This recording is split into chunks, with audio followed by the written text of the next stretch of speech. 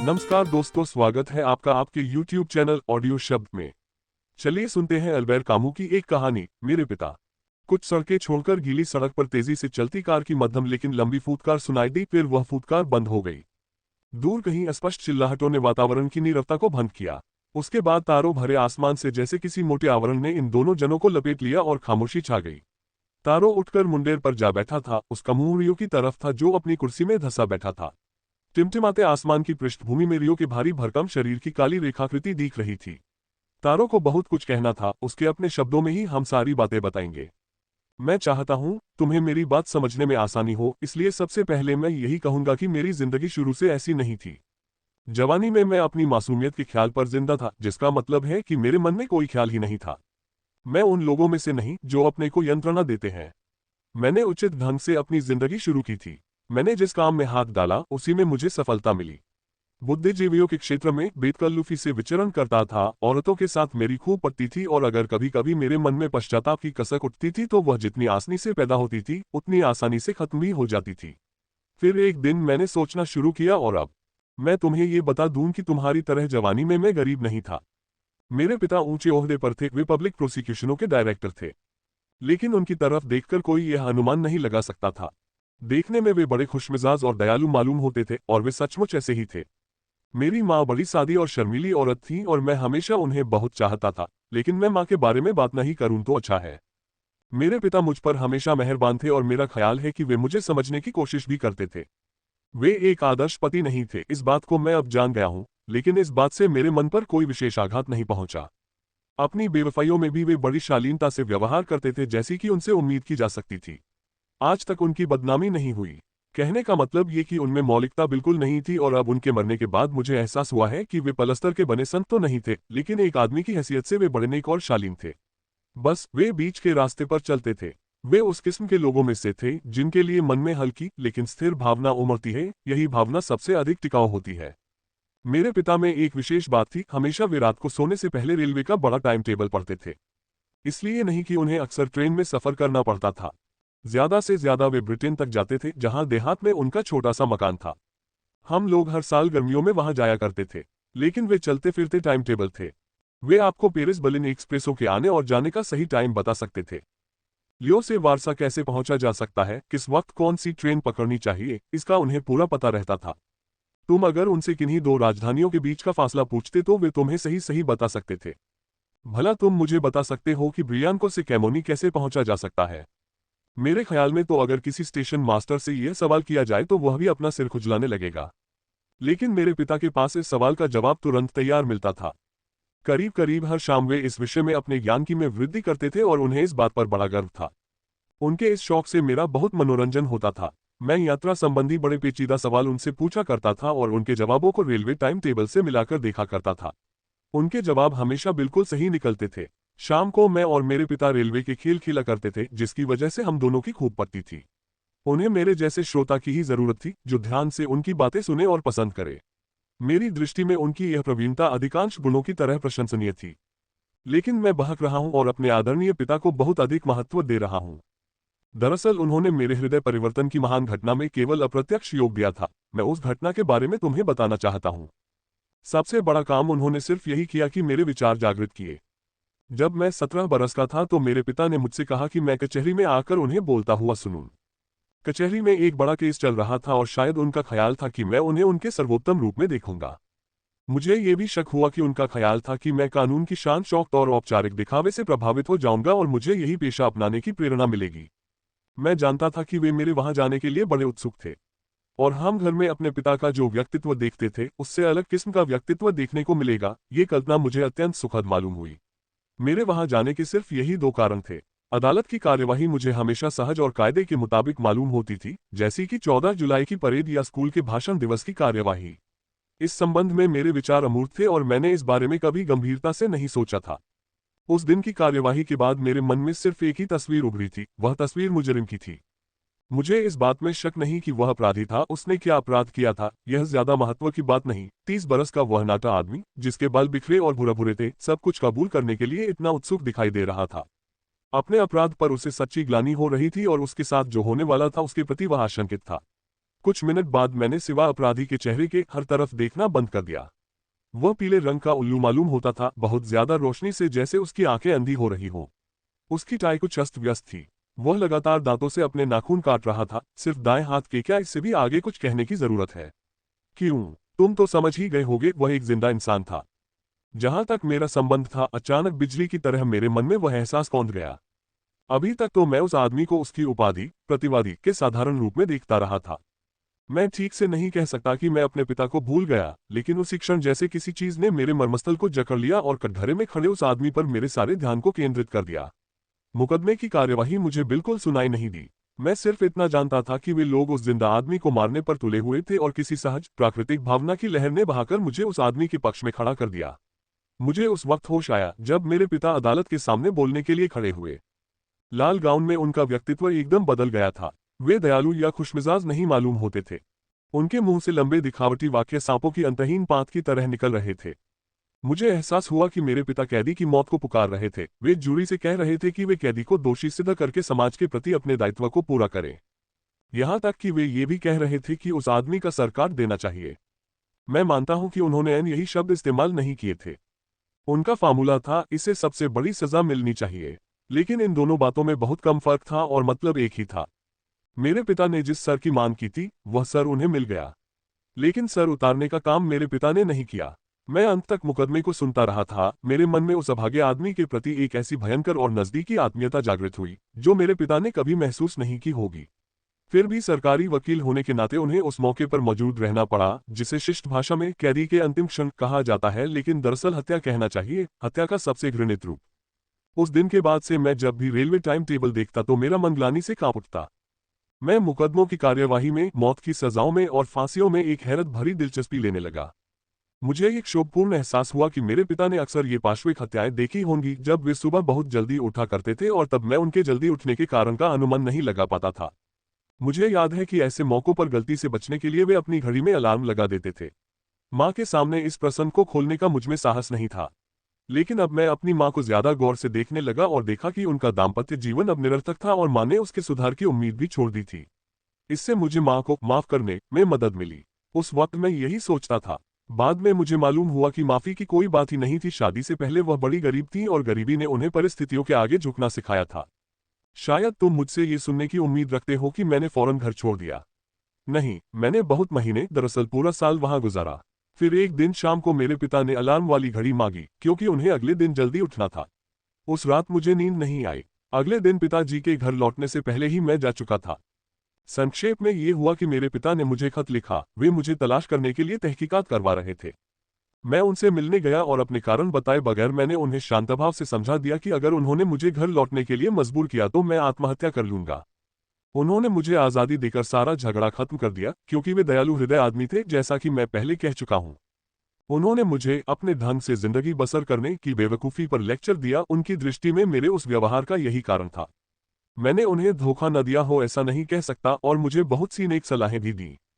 मैं देख रहा था कि इस बात ने उनके दिल पर गहरा असर डाला था और वे बड़ी मुश्किल से अपने आंसुओं को रोकने की कोशिश कर रहे थे। बाद में, बहुत अरसे के बाद, मैं बीच बीच में अपनी माँ से मिलने के लिए जाने लगा। ऐसे मौकों पर मैं अपने पिता से भी जरूर मिलता था। मेरा ख्याल है कि कभी कभी की इन मुलाकातों से मेरे पिता संतुष्ट थे।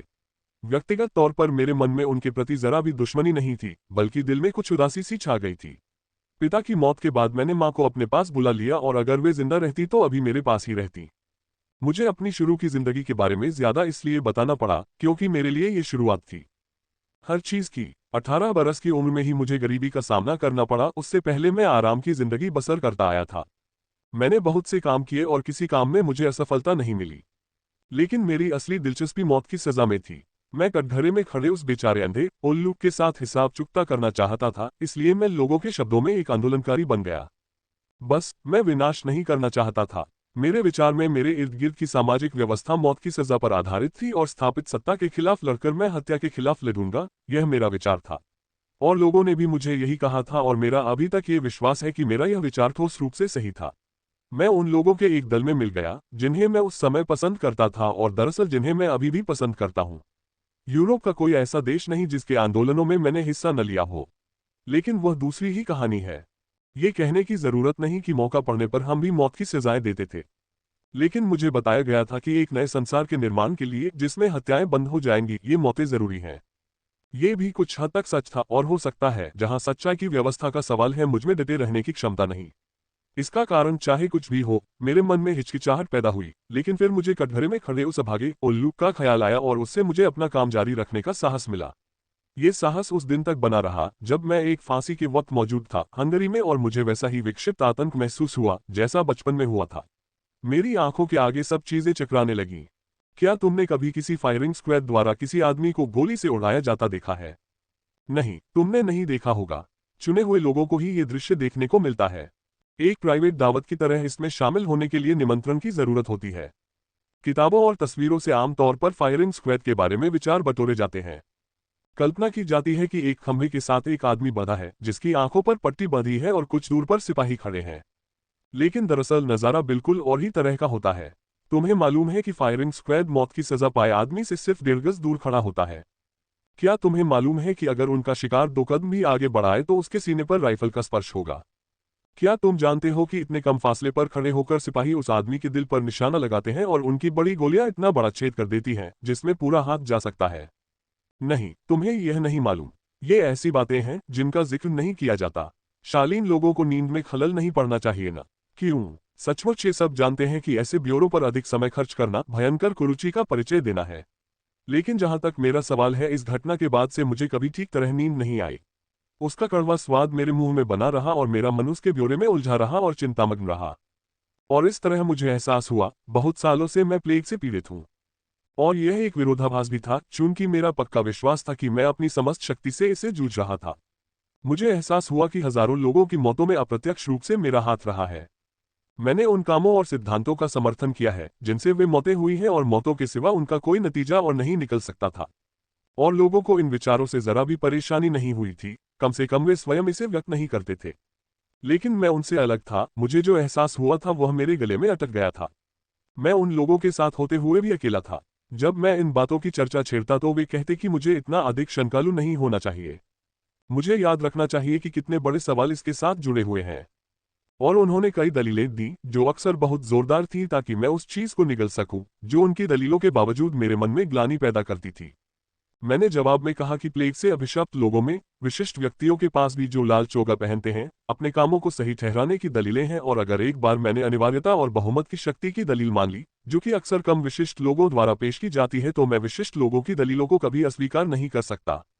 इसके जवाब में उन लोगों ने ये कहा कि अगर मौत की सजा पूरी तरह से लाल चोगे वालों के हाथ में छोड़ दी जाए तो हम पूरी तरह से उनके हाथों में खेलने लगेंगे।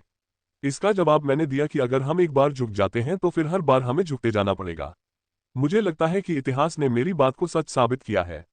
आज इस बात की होड़ लगी हुई है कि कौन सबसे ज्यादा हत्याएं करता है। सब पागल होकर हत्या करने में लगे हैं और चाहने पर भी वे इसे बंद नहीं कर सकेंगे। जो भी हो, दलीलों से मुझे ज्यादा सरोकार नहीं था। मुझे तो उस बेचारे उल्लू में दिलचस्पी थी, जबकि धोखाधड़ी की कार्यवाही में प्लेग की बदबू से सड़े मुंहों ने एक हथकड़ी लगे आदमी को बताया था कि उसकी मौत नजदीक आ रही है। उन्होंने इस तरह के वैज्ञानिक प्रबंध किए कि कई दिन और कई रातों तक मानसिक पीड़ा झेलने के बाद उसे बेरहमी से कत्ल कर दिया जाए। मुझे इंसान के सीने में बने जितने बड़े छेद से सरोकार था, और मैंने मन ही मन तय कर लिया कि जहां तक मेरा संबंध है, दुनिया की कोई चीज मुझसे कोई ऐसी दलील को स्वीकार नहीं करवा सकती जो इन कत्लों को सही ठहराए। हाँ, मैंने जानबूझकर अंधे हाथ का रास्ता चुना उस दिन तक के लिए जब मुझे अपना रास्ता ज्यादा साफ दिखाई देगा। अभी भी मेरे विचार वही हैं। कई साल तक मुझे इस बात पर शर्मिंदगी रही, सख्त शर्मिंदगी रही, कि मैं अपने नेक इरादों के साथ कई स्तर पीछे हटकर भी हत्यारा बना था। वक्त के साथ साथ मैं सिर्फ इतना ही सीख सका कि वे लोग भी जो दूसरों से बेहतर हैं, आजकल अपने को और दूसरों को हत्या करने से नहीं रोक सकते, क्योंकि वे इसी तर्क के सहारे जिंदा रहते हैं, और हम इस दुनिया में किसी की जान को जोखिम में डाले बगैर कोई छोटे से छोटा काम भी नहीं कर सकते। हाँ, तब से मुझे अपने पर शर्म आती रही है। मुझे एहसास हो गया है कि हम सब प्लेग से पीड़ित हैं। मेरे मन की शांति नष्ट हो गई है, और आज भी मैं उसे पाने की कोशिश कर रहा हूँ। अभी भी सभी दूसरे लोगों को समझने की कोशिश कर रहा हूँ और चाहता हूँ कि मैं किसी का जानी दुश्मन न बनूं। मैं सिर्फ इतना जानता हूं कि इंसान को प्लेग के अभिशाप से मुक्त होने के लिए भरसक कोशिश करनी चाहिए, और सिर्फ इसी तरीके से हम कुछ शांति की उम्मीद कर सकते हैं। और अगर शांति नहीं तो शालीन मौत तो नसीब हो सकती है। इसी से और सिर्फ इसी से इंसान की मुसीबतें कम हो सकती हैं।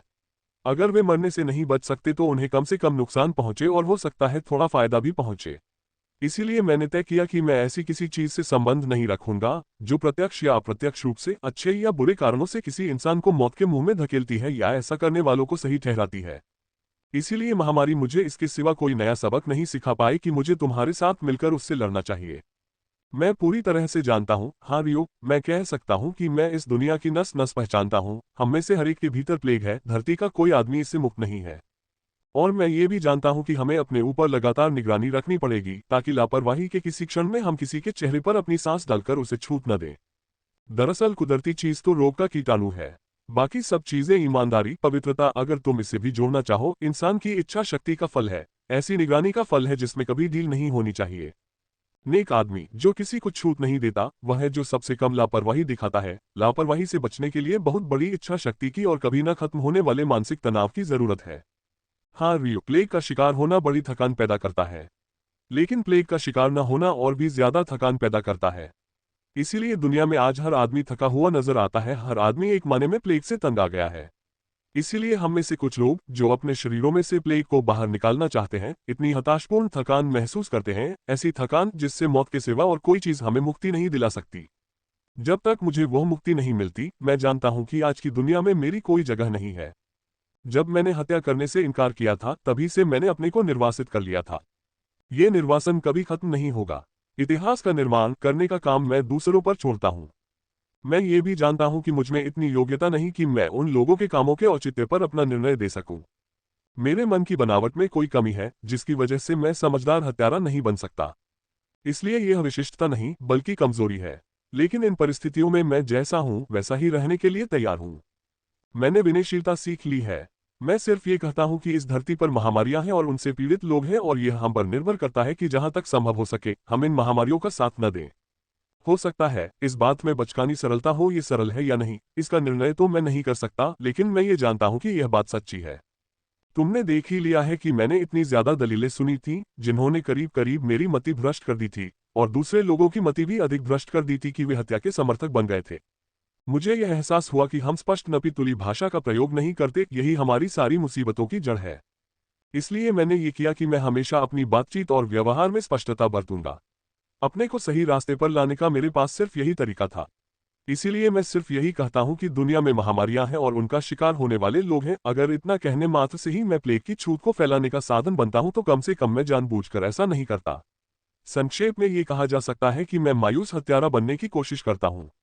तुमने देख ही लिया होगा कि मैं महत्वाकांक्षी आदमी नहीं हूं। मैं मानता हूं कि इन दो श्रेणियों में हमें तीसरी श्रेणी भी जोड़ लेनी चाहिए, सच्चे चिकित्सकों की श्रेणी। लेकिन यह एक मानी हुई बात है कि ऐसे लोग बहुत विरले होते हैं और निश्चय ही उनका काम बहुत कठिन होगा। इसीलिए मैंने हर मुसीबत में मुसीबतज़दा लोगों की तरफ होने का फैसला किया ताकि मैं नुकसान को कम कर सकूं।